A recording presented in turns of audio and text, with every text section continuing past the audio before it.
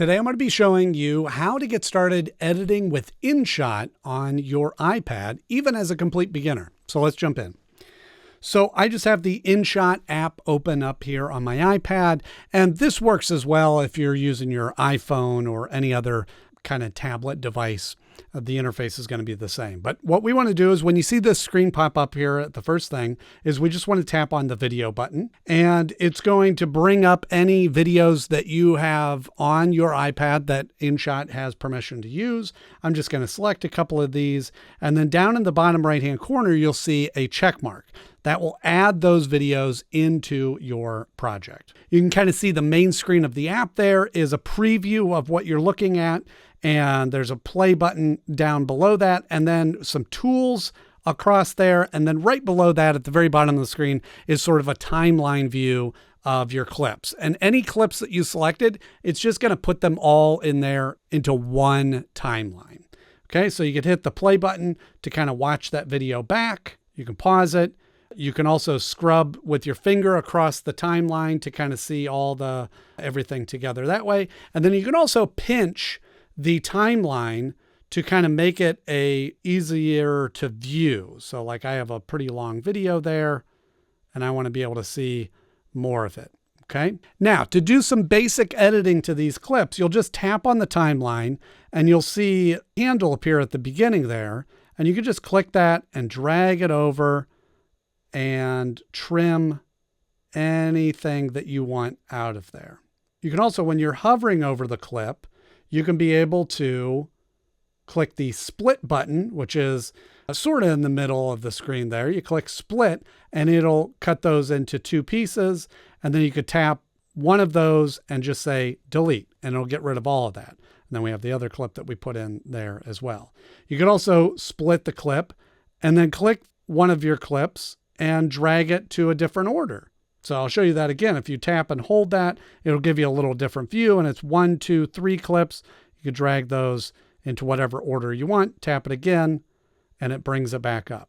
Okay. And then you could even go in there again, shorten that clip, click on that one, shorten it. So you can just edit all the elements that you need to edit through that way. Now, when you don't have any of the clips selected, you can see between the clips, there's a little icon there. If you tap on that, that brings up the transitions. So now from here, you could apply some different transition effects. You just select what you want, hit the check mark, and it applies it. Now you can watch that back and you can see what that looks like.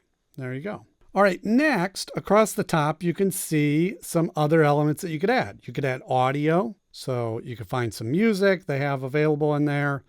Let's say we want to add that one, plus, and it adds the music. Okay, you can drag that over, and then you can play that back to see what that sounds like, just like that. Okay, hit the check mark, get back out of there. And then we can also go across and let's say here, I want to add some text. So you click on the text and then you just type in whatever you want. Maybe I just want my name on the screen here, hit the check mark. And again, just like the videos, you kind of click on the handles, extend that out, slide it wherever you want in the video. Maybe I want it right over that transition. And then we could tap on the text up here again and change the color. Maybe we want it to be like a dark blue. I can drag it to a different spot on the screen. We can add some other effects down here. You can customize it however you want. Let's change the font here, permanent marker. There you go. You can add a font just like that. And of course, there's some effects here.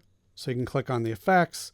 Maybe we want like kind of an old TV look, tremble, the roll, zoom, some intense eye looks, you know, whatever you want. You can add those things in there. Obviously, you can see some of them are marked as a premium feature, so you have to buy the full version. But there's certainly a lot of options in there just for the free version. And then we also have some stickers here. So we can go up to the stickers and let's see, let's add some stickers here. Let's say we want to add that, and you can see it has some options on the side. You can kind of scroll that, make that bigger, just like that. And again, all the same things apply. So we watch this back and that just cuts in there. But if you tap on it, you can be able to adjust how long it's on the screen or how short. You can slide it to different spots in the video, whatever you want that way. Okay. Once it's all finished, then you go up here to the little up arrow in the box, click on this, and you can set what you wanted to save that as, change the resolution. Let's say I just wanted 720. You can make the frame rate 24, different formats. We'll leave it at movie and click save. And then it takes a moment to render that video off, and it'll save it into your photo app so that it's available wherever you need it to be. And with that, you're started using InShot. I hope you found this video helpful, and I'll see you in the next one.